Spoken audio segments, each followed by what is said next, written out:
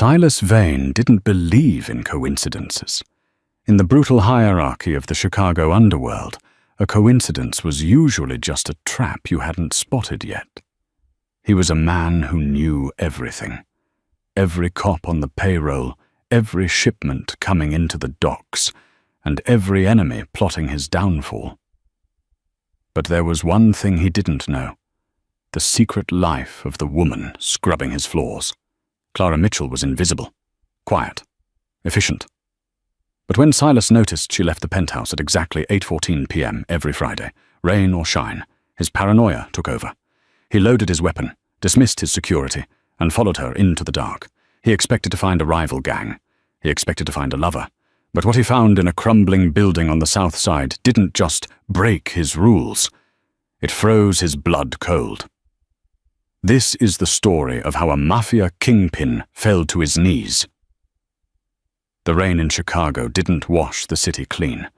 It just made the grime slicker. Silas Vane stood before the floor-to-ceiling windows of his penthouse on the 45th floor, watching the storm batter the glass. At 34, Silas was the youngest head of the Vane crime syndicate in history. He had the kind of face that stopped conversations. Sharp jawline, eyes the color of flint, and a scar running through his left eyebrow that served as a permanent reminder of the attempted coup he'd crushed 3 years ago. He took a sip of Macallan 18, the amber liquid burning pleasantly in his throat, but his eyes weren't on the city below. They were reflected in the glass, watching the room behind him. Clara Mitchell was dusting the bookshelves. She had been working for him for 6 months. She was 26, though her eyes looked older. She wore the standard uniform, black dress, white apron, but she wore it like armor. She spoke only when spoken to, moved like a ghost, and never, ever made eye contact for longer than a second. "You missed a spot," Silas said, his voice low, not turning around. He saw her flinch in the reflection. It was minute, a tiny tightening of her shoulders, but Silas saw everything. "Apologies, Mr. Vane," Clara said. Her voice was soft, textured with a fatigue she tried hard to hide. She moved back to the shelf, wiping down the spine of a first-edition Machiavelli. Silas turned then, leaning against the glass. He studied her. Most women in his orbit were loud, loud in their beauty, loud in their demands, loud in their fear. Clara was a void. Her brown hair was pulled back in a severe bun, no makeup, no jewelry. "It's Friday, Clara," Silas noted, checking his platinum Patek Philippe watch. 8:10 p.m. "Yes, sir. I'll be finished in 4 minutes. "You're always finished in 4 minutes," he said, stepping closer. The air in the room shifted, growing heavier with his proximity. "Every Friday. You rush out of here like the building is on fire. You don't take the staff bus. You walk to the L train station. In this weather," Clara gripped the duster tighter, her knuckles turning white.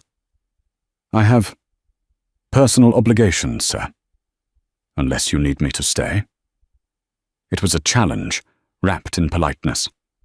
Silas hated not knowing things. Information was currency, and Clara was a blank check he couldn't cash. Earlier that day, his head of security, Dominic Russo, had handed him a background check on her. It was clean. Too clean. No social media, no family in the city, a generic address in a run-down neighborhood, and previous employment at a cleaning service that had gone bankrupt.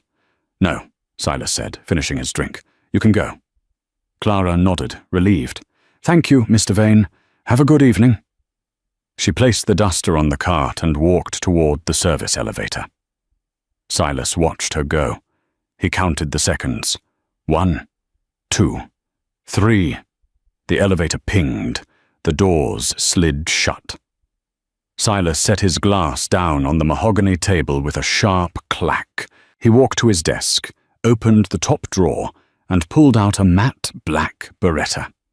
He tucked it into the holster beneath his tailored jacket.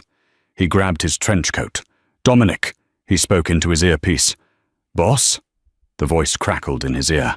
"I'm going out, alone. Do not follow me. If anyone asks, I'm asleep."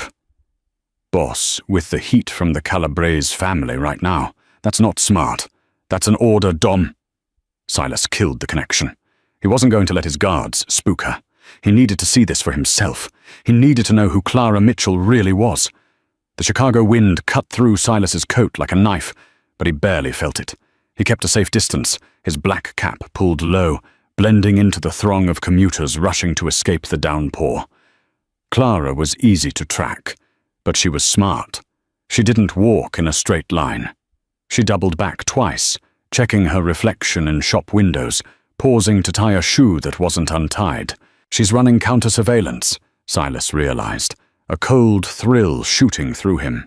A maid doesn't check for tails. Who the hell trained you, Clara?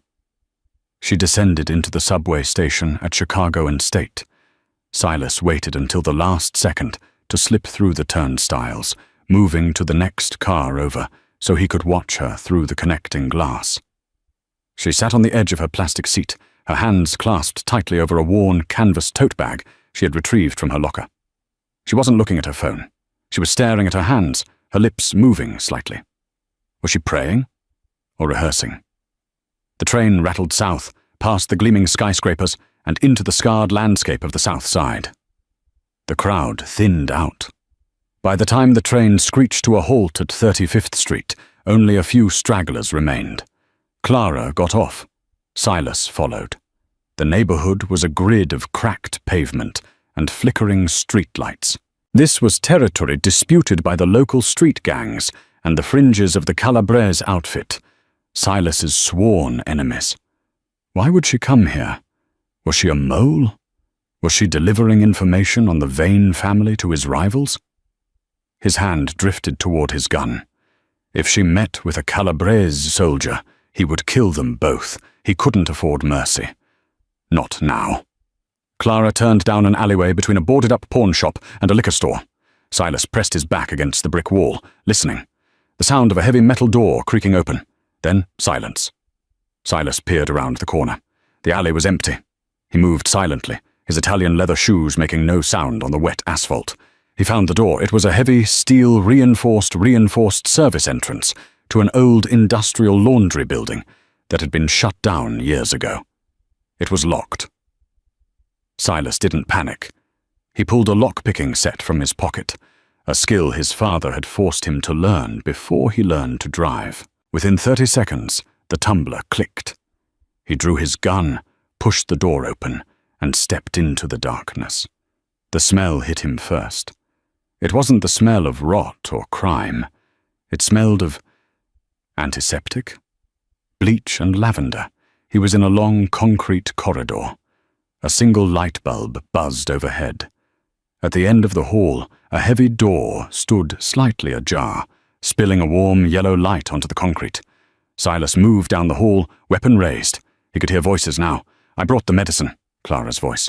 It sounded different here, stronger, desperate. "It cost everything I made this week, but I got it." "You shouldn't have come, Clara," a man's voice replied. It was raspy, weak, but with an underlying edge of steel. "If Vane finds out—" Silas froze. They were talking about him. "He won't," Clara snapped. "He thinks I'm just a maid. He doesn't look at me. He looks through me.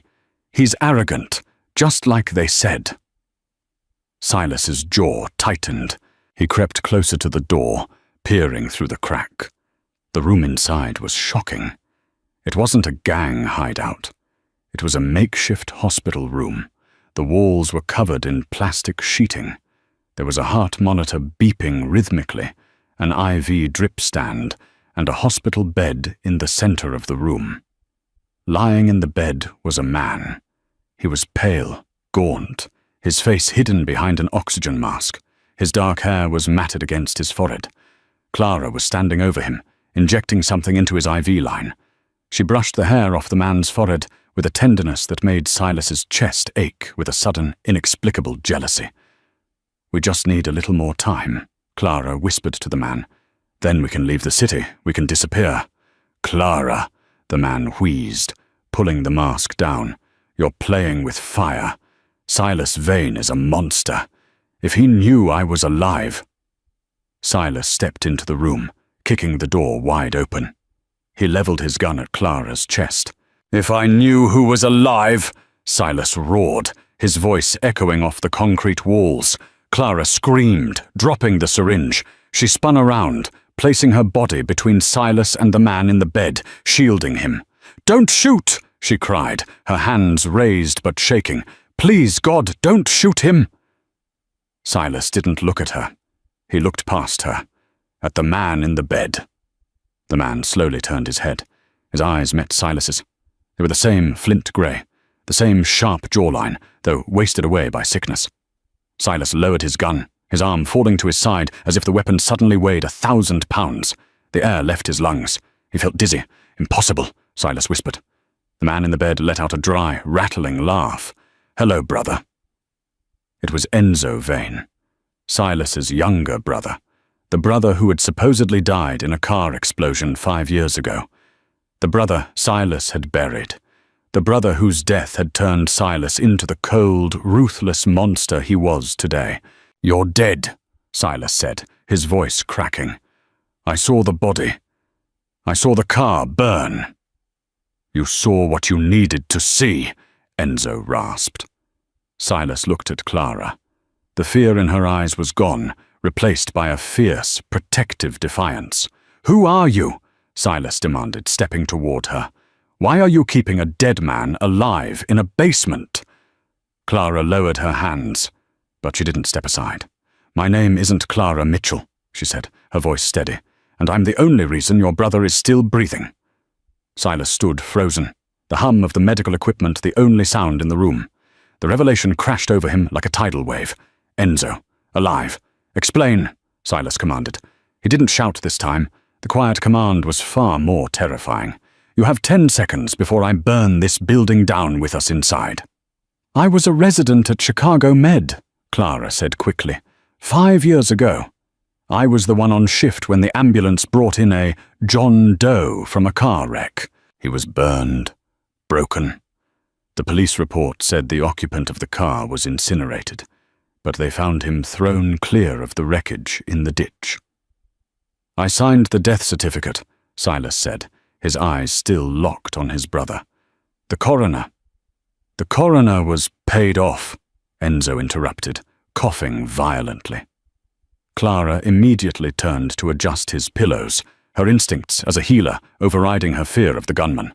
"Not by you, Silas. By the Morettis." Silas's grip on his gun tightened. "The Moretti family. His rivals. They wanted you to think I was dead," Enzo continued, his voice weak. "They wanted to break you. They knew if I was dead, you'd go to war. You'd get reckless. They were waiting for you to make a mistake." "But I didn't," Silas murmured. "I wiped them out. I killed the Moretti brothers." "You killed the sons," Enzo corrected. "But the old man, Don Salvatore, he's the one who paid the coroner. He's the one who tried to finish me off in the hospital." Clara turned back to face Silas. "I saw 2 men in suits trying to inject air into his IV line. I stopped them. I caused a scene. They ran. I knew they would come back. I looked at his chart. I realized who he was. I knew if he stayed in that hospital, he was dead." "So you stole him?" Silas asked, incredulous. "I saved him," she corrected. "I falsified the records. I switched his chart with a homeless man who had passed away in the ER that night. I smuggled Enzo out in a laundry cart. I've been moving him, hiding him, treating him for 5 years." Silas looked at this woman, this maid who dusted his bookshelves, with new eyes. She wasn't just a survivor. She was brilliant. "Why?" Silas asked. "Why ruin your life? You lost your career. You're living in poverty. Why save a gangster?" Clara looked at Enzo, a softness in her eyes that Silas couldn't decipher. Because he wasn't a gangster when he woke up. He didn't remember anything for the first year. He was just a man in pain. And I took an oath. "Do no harm." "She's lying about one thing, Silas," Enzo said, a faint smirk playing on his lips. Silas looked at his brother. "What?" "She didn't just save me because of an oath," Enzo said. He reached out his hand, and Clara took it. Silas stared at their joined hands. The intimacy was undeniable. We fell in love, Clara whispered, looking at the floor. I'm not just his nurse, Silas. I'm his wife. The silence that followed was heavy enough to crush bones. Silas holstered his gun. He ran a hand through his rain-soaked hair. His brother was alive. His maid was his sister-in-law, and they had been hiding from him for 5 years. Why didn't you come to me? Silas asked, his voice sounding hollow. I would have protected you. I would have burned the world for you, Enzo. We couldn't take the risk, Enzo said. We didn't know who in your circle was compromised. The hit on me. It came from inside, Silas. Someone in the Vane family sold me out to the Morettis. Silas's eyes narrowed. Who? I don't know, Enzo said.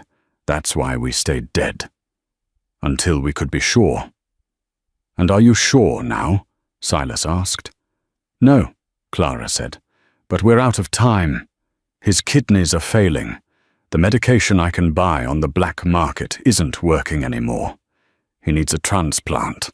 He needs a real hospital. That's why I took the job at your penthouse. I needed to get close to you. I needed to see if you were still the brother he remembered, or if you had become the monster the papers say you are. And? Silas stepped closer to her, towering over her small frame. What is your diagnosis, doctor? Clara looked up at him, her chin trembling but her gaze steady. You're a monster, Silas. But you're a monster who loves his family. Suddenly the heavy steel door at the end of the hallway, the one Silas had picked, exploded inward with a deafening boom. Smoke filled the corridor. Shouts echoed. Heavy boots stomped on concrete. Clear the room! Take them alive! Silas spun around, ripping his gun back out. Morettis! No! Clara gasped, looking at a monitor on the wall that showed a grainy feed of the hallway. That's SWAT. Not SWAT, Silas growled, recognizing the tactical gear on the screen. That's a hit squad dressed as cops. It's the traitor. Silas grabbed a heavy metal table and shoved it against the door. Clara, get Enzo up. We're leaving. He can't walk, Clara cried. Then I'll carry him, Silas snarled. He looked at Clara, his eyes burning with a sudden, fierce loyalty. You kept him alive for 5 years, Clara. Try to keep him alive for the next 5 minutes. The door buckled under a second impact, the hinges screaming before giving way. Go! Silas roared, flipping the heavy metal table onto its side to create a barricade. He grabbed Enzo, hoisting his brother's emaciated frame over his shoulder. Enzo weighed nothing, a terrifying realization that fueled Silas's rage. It felt like carrying a ghost. Clara didn't freeze. She grabbed a jug of industrial ammonia and a bottle of bleach from her supply shelf. Silas, cover your face! She screamed. She hurled the bottles at the entryway just as the first tactical boot stepped through. The glass shattered. The liquids mixed. A cloud of toxic chloramine gas hissed into the air, white and stinging. The attackers choked, their tactical coordination dissolving into coughing fits and confusion. The service chute, Clara directed, pointing to a rusted hatch in the corner of the room. It drops to the sub-basement. It's the only way. Silas didn't hesitate. He kicked the hatch open. It was a dark, greasy slide meant for laundry bags. You first, he told Clara. She slid down into the darkness. Silas followed, shielding Enzo's head as they plummeted 2 stories down, landing on a pile of mouldy canvas bags. They were in the bowels of the building, a maze of dripping pipes and rats. Above them, gunfire erupted, tearing through the room they had just vacated. They'll secure the perimeter, Silas said, helping Enzo up. Enzo groaned, his face grey, sweat beading on his forehead. We can't go out the street level. The storm drains, Enzo whispered, his voice barely audible. We mapped them. Just in case. Clara took Enzo's other arm. Together they dragged him through the muck of the basement toward a heavy iron grate. Silas used the butt of his gun to smash the rusted padlock. They emerged 3 blocks away, pulling themselves up through a manhole into an alley behind a dim sum restaurant. The rain was torrential now, a blessing in disguise. It washed away their scent and blurred the vision of anyone watching. Silas spotted a beat-up Ford sedan idling, while a delivery driver ran inside with a stack of boxes. "Stay here," Silas commanded. He moved with the predatory grace of a panther. In 3 seconds, he was in the driver's seat. He reversed the car down the alley, popping the back door open. Clara shoved Enzo inside and dived in after him. Silas gunned the engine, the tires screeching on the wet asphalt as he merged into the chaotic Chicago traffic. He checked the rearview mirror. No tail. "Where are we going?" Clara asked, her hands pressing hard against Enzo's side. "He's bleeding from the IV site. His blood pressure is bottoming out. Silas, he needs a hospital now." "No hospitals," Silas said, his eyes scanning the road. "The people who hit us knew exactly where we were. That means they have access to surveillance, police scanners, everything. A hospital is a death sentence." "Then he dies in this car," Clara shouted, her composure finally cracking. "No," Silas said, his voice cold and hard. "I know a place. It's not a hospital, but it's safe." He pulled out his burner phone, a device only 2 people had the number for. He dialed. "Prepare the surgical suite," Silas said into the phone, "and bring the vet. I'm bringing in a stray." The safe house was a veterinary clinic in Cicero, owned by Dr. Abernathy, a man who had lost his medical license 20 years ago for gambling debts and now fixed bullet holes in Dobermans and Mafia soldiers alike. The smell of antiseptic and wet dog hung in the air. On the stainless steel table, usually reserved for Great Danes, Enzo Vane fought for his life. Clara was scrubbing in, barking orders at Dr. Abernathy. "I need O-negative blood packs, epinephrine, and a dialysis machine." "Do you have a dialysis machine?" "I have a kidney filtration unit for horses," Abernathy stammered, looking at Silas with fear. It's similar." "Hook it up," Clara ordered. "Now." Silas stood in the corner, out of the way. He watched Clara work. She was magnificent. The timid maid who flinched when he spoke was gone. In her place was a surgeon of terrifying competence. She cut, she stitched, she commanded. She was saving his brother's life for the 2nd time. Silas stepped out into the waiting room. The rain hammered against the windows. He needed to think. How did they find the laundry building? Clara had been careful. Silas had been careful. The only way that hit squad knew the location was if they had tracked Silas. But Silas had swept his car. He had swept his clothes. He reached into his pocket and pulled out his phone. He stared at it. Then he pulled out his key fob, the one for the penthouse elevator. He cracked the plastic casing open with his knife. There, nestled inside the circuitry, was a micro-tracker, the size of a grain of rice. Silas didn't explode. He didn't throw it. He went deadly quiet. Only 3 people had access to his spare keys. 3 people in his inner circle. Dominic Russo, his head of security. Arthur Sterling, the family lawyer and consigliere.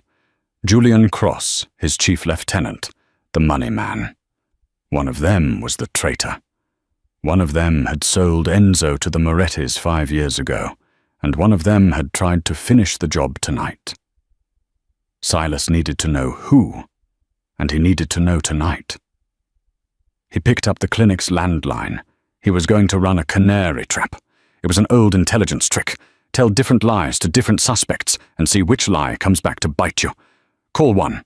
Dominic Russo." "Dom," Silas said, feigning panic. "I'm in trouble. I found Enzo. He's alive. We were ambushed." "Boss, where are you?" "I'll bring the boys. We're hiding at the Old Ivy Hotel on 4th. Room 302. Come alone." Call 2. Julian Cross. "Julian, listen carefully. The family is under attack. I have Enzo. We're at the shipyard, container 44. I need cash and a boat. Enzo." "Jesus, Silas. Stay tight. I'm on my way." Call 3. Arthur Sterling. "Arthur, it's bad. They found us. I'm with Enzo at the abandoned clock tower in Wicker Park. I need you to arrange a helicopter extraction." "My God, Silas, are you safe? I'll make the call immediately." Silas hung up. He sat in the dark waiting room, his gun resting on his knee. He checked his watch. 20 minutes passed. Dr. Abernathy poked his head out. He's stable. She did it. He's in a coma, but he's stable. Silas nodded, letting out a breath he felt he'd been holding for 5 years. Good. Don't let anyone in. Silas turned on a police scanner radio he found on the desk, tuning it to the encrypted frequency the hit squads used, the frequency he had memorized years ago. Static. Then a voice. Target location confirmed. All units converge on Wicker Park. The clock tower. No witnesses. Silas's eyes closed. A single tear of pure, unadulterated betrayal leaked out. Arthur Sterling, the man who had raised him after his father died, the man who had taught him how to tie a tie, how to negotiate a truce, how to be a king, the man who stood by his side at Enzo's empty funeral and held the umbrella while Silas wept. It was Arthur. Silas stood up. The sadness evaporated, replaced by a cold Arctic fury. He walked back into the operating room. Clara was wiping blood from her hands, looking exhausted. She looked at Silas. He'll live, she said softly, but he needs a real hospital within 24 hours. He'll get one, Silas said, but first I have to take out the trash. Where are you going? Clara asked, fear returning to her eyes. To a meeting, Silas said, checking the magazine of his Beretta. Arthur Sterling is coming for me. I'm going to make sure he finds me. You can't go alone, Clara said. I'm not alone, Silas said, his voice grim. I'm bringing the only person I can trust. He pulled out his phone and dialed Dominic. Dom, change of plans. The Ivy Hotel was a test. You passed. Meet me at the clock tower. Bring the heavy artillery. We're going to kill the Kingmaker. The Wicker Park clock tower was a dying giant, a skeleton of Victorian brick and rusted iron rising 6 stories into the stormy Chicago sky. It had once been the heartbeat of the district, its massive brass gears keeping time for thousands of factory workers. Now, it was slated for demolition, a hollowed-out carcass where only pigeons and ghosts resided. The storm outside was approaching hurricane force. Rain lashed against the open face of the tower. The glass of the giant clock face had been shattered decades ago, turning the concrete floor of the top level into a slick, treacherous mirror. Thunder rattled the exposed steel beams, the sound vibrating in the marrow of anyone foolish enough to be up there. Silas Vane sat in the center of this chaos. He had dragged a solitary, rusted iron chair to the middle of the room, facing the spiral staircase that was the only point of entry. He wore his black trench coat, now soaked through, the collar turned up against the biting wind. He wasn't hiding in the shadows. He wasn't taking cover behind the pillars. He sat openly, his hands resting on his knees, his posture relaxed, almost meditative.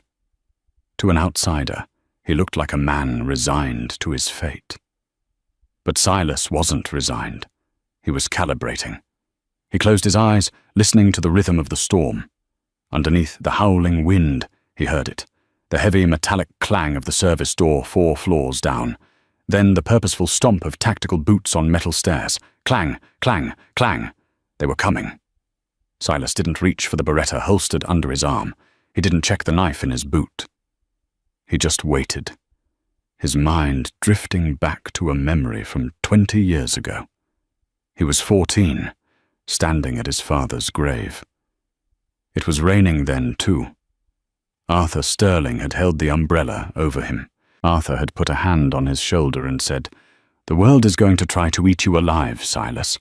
My job is to make sure you have sharper teeth than the world." Silas opened his eyes. The teeth Arthur had sharpened were about to bite the hand that fed them. The footsteps reached the final landing. Arthur Sterling emerged from the stairwell first. Even here, in a derelict ruin dripping with grime, the man looked immaculate. He wore a charcoal cashmere coat over a bespoke suit, a silk scarf tucked perfectly at his throat, and black leather gloves. His silver hair was swept back, unruffled by the wind. He didn't look like a gangster. He looked like a senator, a titan of industry, a grandfather. But the 6 men flanking him were clearly not politicians. They were professionals, Blackwood contractors, mercenaries who charged by the hour and didn't ask questions. They fanned out instantly, their suppressed assault rifles raised, sweeping the room with laser sights that cut through the gloom like red vipers. Arthur stopped 10 feet from Silas. He looked around the empty, wind-battered room, his brow furrowing slightly. He had expected an ambush. He had expected Silas to be barricaded behind cover. Seeing the young Don sitting alone in a chair seemed to unsettle him more than a gunfight would have. "Silas," Arthur said. His voice was projected perfectly, cutting through the noise of the storm. "I told you to wait for the helicopter at the extraction point. Why are you sitting in the dark in a condemned building?" Silas didn't stand. He didn't even blink as a red laser dot danced across his forehead. "The helicopter isn't coming, is it, Arthur?" Silas asked. His voice was low, calm, devoid of the panic Arthur had likely expected. Arthur sighed, a sound of theatrical patience. He took a step closer, his expensive shoes crunching on the broken glass and pigeon bones littering the floor. "You sound tired, son. The stress of the last few hours, finding Enzo, it's making you irrational. We need to get you to safety." "Safety." Silas repeated the word, tasting the irony. He reached into his pocket. The 6 mercenaries tensed, fingers tightening on triggers. "Easy," Silas said. He pulled out his hand slowly. He wasn't holding a weapon. He was holding a small, crushed piece of plastic and circuitry. He tossed it onto the wet floor between them. Arthur looked down at the shattered remains of the key fob tracker. The silence that stretched between them was heavier than the storm. The mask of the benevolent uncle didn't slip slowly. It fell away all at once. Arthur's posture straightened. The warmth evaporated from his eyes, replaced by the cold reptilian calculation that had made him the most feared consigliere in the city for 3 decades. "I told the tech boys that tracker was too bulky," Arthur murmured, almost to himself. "Sloppy." 3 years, Silas said, standing up slowly. The chair scraped loudly against the concrete. "You've been tracking my every movement for 3 years, since the day I took the oath. A king needs a council, Silas, and sometimes a king needs a leash." Arthur clasped his hands behind his back. "You are always too volatile, just like your father. You govern with your heart, not your head. You start wars over insults. You burn bridges that should be tolled. The Vane Syndicate is a multi-million-dollar corporation, not a playground for your vendettas." "And Enzo?" Silas asked. "Was he volatile?" "Enzo was worse," Arthur spat, his disdain sudden and sharp. "Enzo was soft. He wanted to legitimize. He talked about phasing out the narcotics division within 5 years. He wanted to turn us into a logistics company. He would have bankrupted us, Silas. He would have made us weak." "So you killed him?" "I made a command decision." Arthur's voice rose, cracking with conviction. "I sold him to the Morettis. It was a surgical strike. 2 birds with 1 stone. I removed the weak link, and I gave you the tragedy you needed to evolve. Look at yourself, Silas. Enzo's death turned you into a warrior. It made you ruthless. It made you a king. I didn't just kill your brother. I forged you." The wind howled through the clock face, whipping Silas's coat around his legs. The confirmation hit him like a physical blow, but he refused to let Arthur see him bleed. "He's not dead," Silas said quietly. Arthur waved his hand dismissively. "A temporary oversight. My second team is sweeping the veterinary clinic in Cicero as we speak. Your brother, that little maid of yours, the doctor, they're just loose ends. By the time the sun comes up, they'll be ashes." Silas felt the rage boiling in his chest, a hot, liquid fury. But he pushed it down. Rage made you sloppy. Rage was what Arthur expected. "You underestimated her," Silas said. "Clara isn't just a maid. And you underestimated me, Arthur. You think I'm just a thug with a gun. You forgot that I was raised by the man who taught me to never walk into a room unless I knew how to get out. Arthur chuckled, shaking his head. I taught you everything you know, Silas, but I didn't teach you everything I know. He gestured to the 6 men surrounding him. These are Blackwood operatives, former special forces. They don't care about your reputation. They don't care about honor. They care about the wire transfer I sent them an hour ago. Arthur checked his watch, a gold Rolex that probably cost more than the building they were standing in. I'm sorry, Silas. Truly. I loved you like a son. But you've become a liability. And in this business, liabilities are liquidated.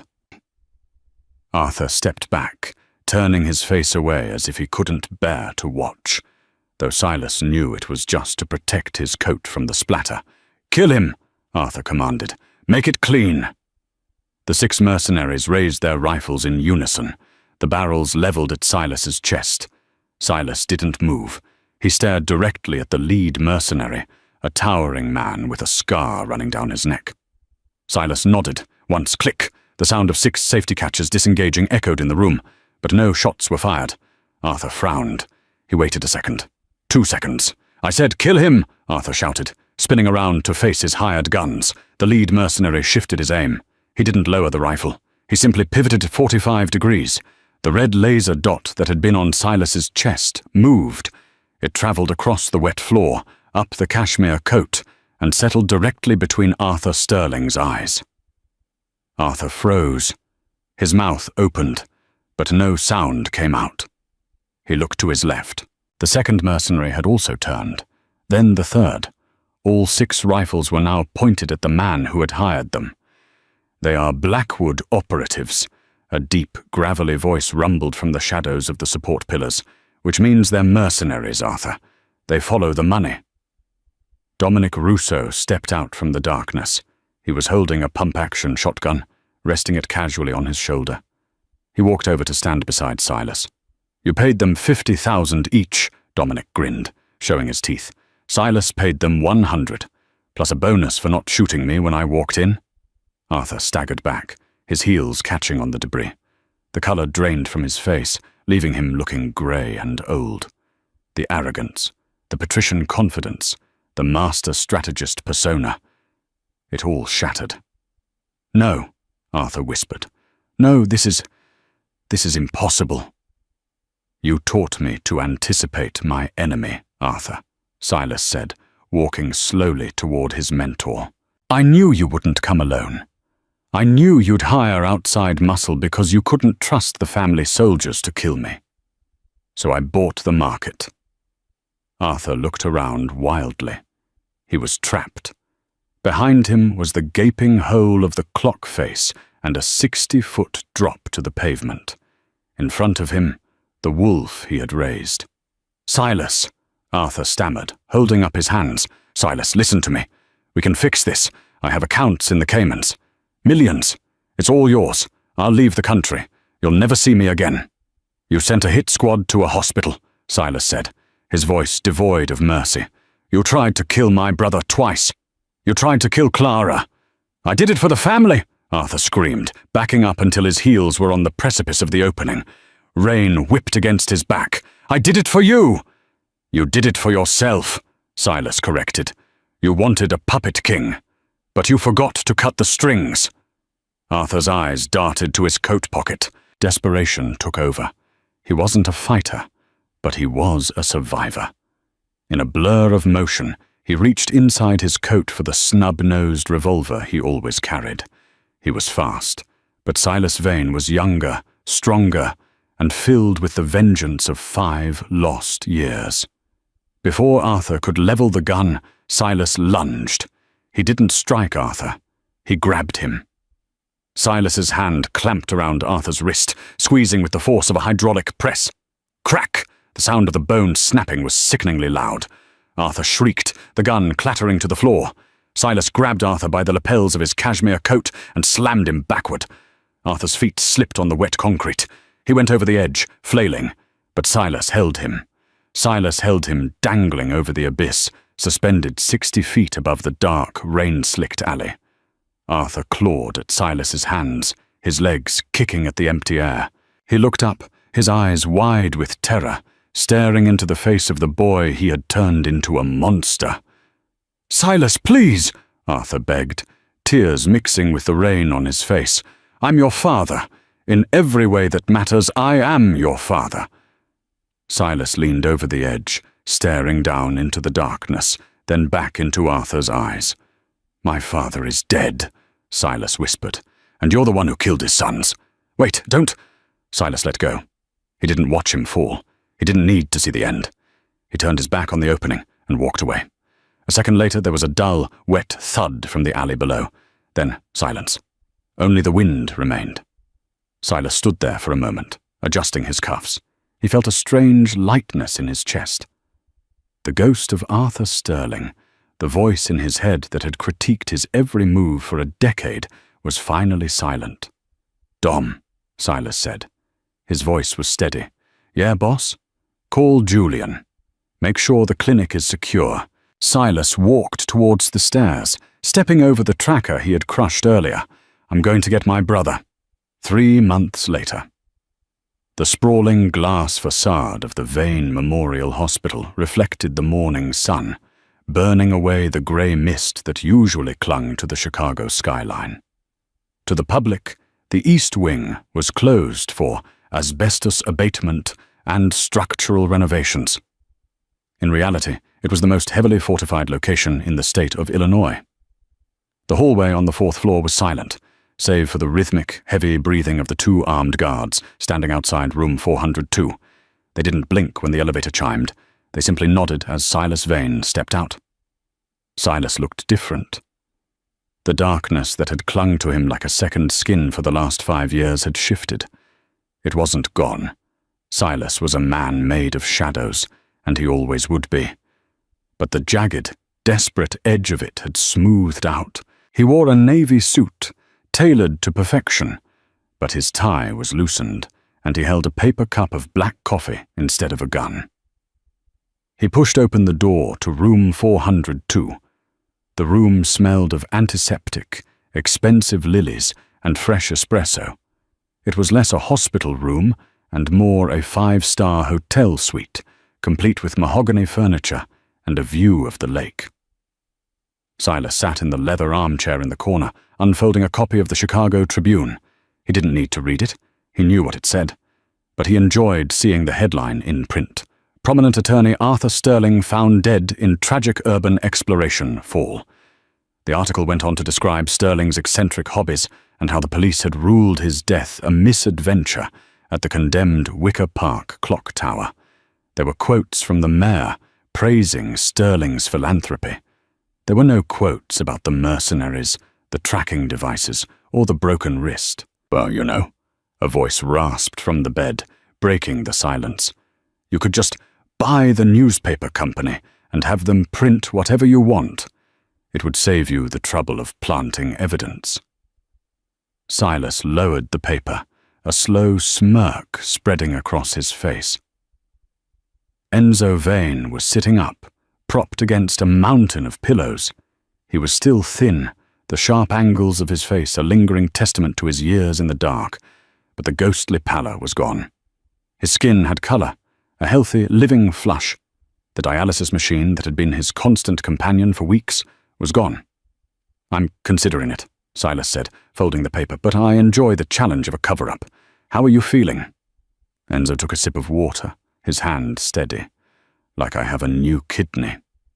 "Which apparently I do, although I'm still terrified to ask whose kidney it was." "It was a donation," Silas said diplomatically, "from a very willing donor who suddenly found himself $2 million richer and heavily encouraged to retire to Florida." The door to the ensuite bathroom opened, and Dr. Clara Vane walked out. For 6 months, Silas had known her as the Invisible Woman, the maid in the grey uniform who scrubbed his floors and flinched at his shadow.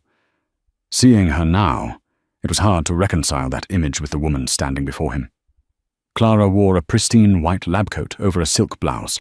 Her hair wasn't pulled back in a severe servant's bun. It fell in soft waves around her shoulders. She held a clipboard with the authority of a general reviewing troops, but it was her eyes that had changed the most. They were bright, fierce, and utterly unafraid. She walked past Silas without flinching, checking the monitors hooked up to Enzo. "Visiting hours don't start until 10, Mr. Vane," she said, though a small smile tugged at the corner of her lips. "I own the building, Clara," Silas reminded her, taking a sip of his coffee. "I can fire the security guards if they stop me."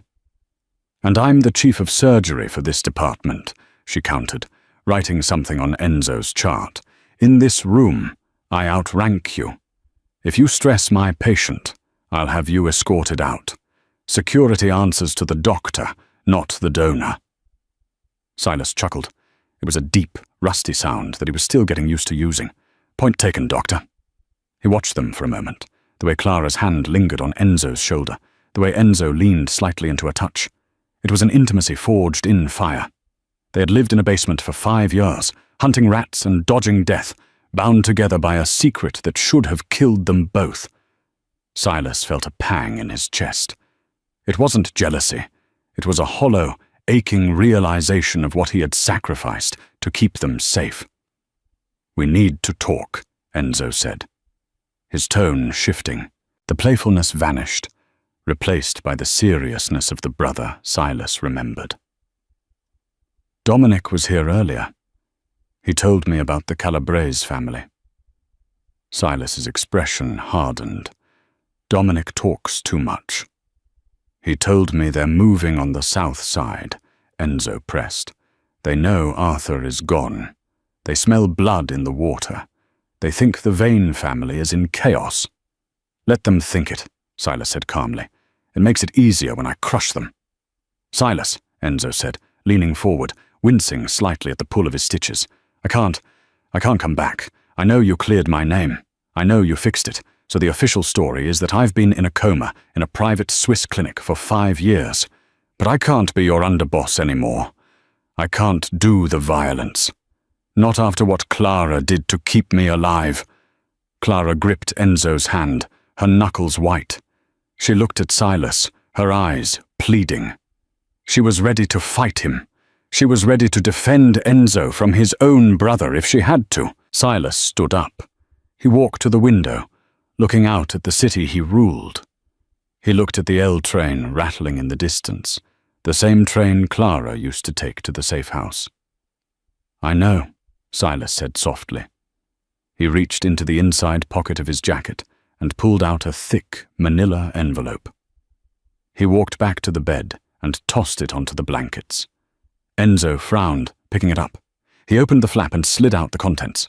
2 passports, dark blue, diplomatic status, bank books for accounts in the Cayman Islands and Zurich with balances that would make a senator blush, and a thick vellum deed bound in red ribbon. "A vineyard," Enzo read, his voice trembling. "San Gimignano, Tuscany." "It's not just a vineyard," Silas explained, his voice businesslike to mask the emotion. "It's a fortress wrapped in grapevines, 12-foot stone walls, gated entry, and a security detail of 20 men who are on my personal payroll. They are former Italian special forces. They answer only to me, and their only order is that no one named Calabrese or Moretti ever gets within 10 miles of you." Clara covered her mouth, tears springing to her eyes. She looked from the deed to Silas. "Silas, this is too much." "You saved him," Silas said, looking directly at her. "You gave me back my brother. You lived in a rat-infested basement for 5 years because you refused to let him die. You earned this, Clara. You earned a life where you never have to look over your shoulder again."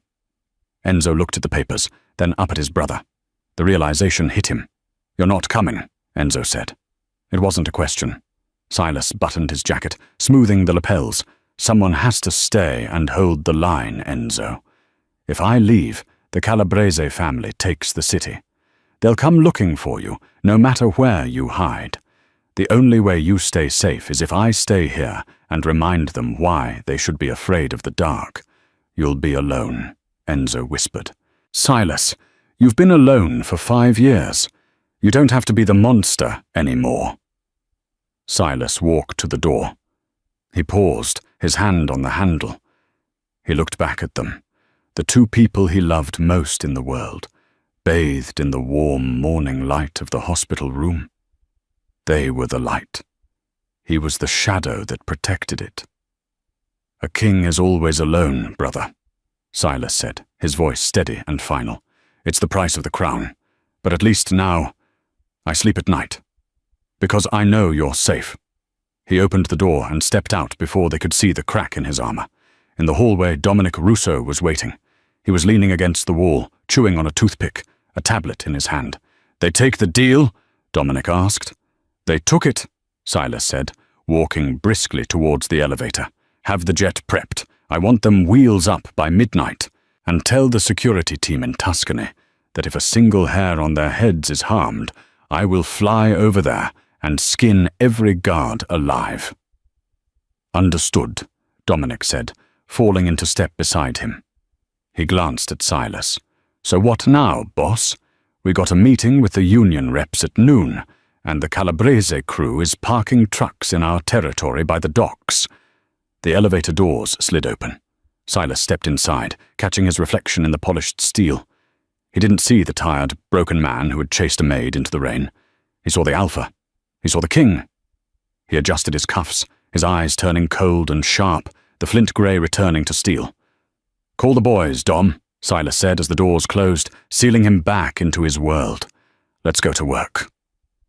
And that is how Silas Vane, the most feared predator in Chicago, found his redemption. He didn't find it in power or money or by winning a war. He found it in a basement on the south side, hidden in the heart of a woman who refused to give up. Silas learned the hardest lesson of all, that true power isn't about control. It's about sacrifice. He became the monster so his brother could be the man. He stayed in the darkness so his family could live in the light. It's a tragic ending for him, but a happy one for the people he loved. And maybe, for a man like Silas Vane, that's the closest thing to peace he'll ever get. I want to hear from you guys in the comments. Do you think Silas made the right choice staying behind? Or should he have gone to Italy and left the Mafia life forever? Type king if you think he did the right thing, or escape if you think he should have run. If you enjoyed this story, please smash that like button. It really helps the channel grow and lets me know you want more Mafia romances. Don't forget to subscribe and hit the bell icon so you never miss the next twist. Thanks for watching, and I'll see you in the next video.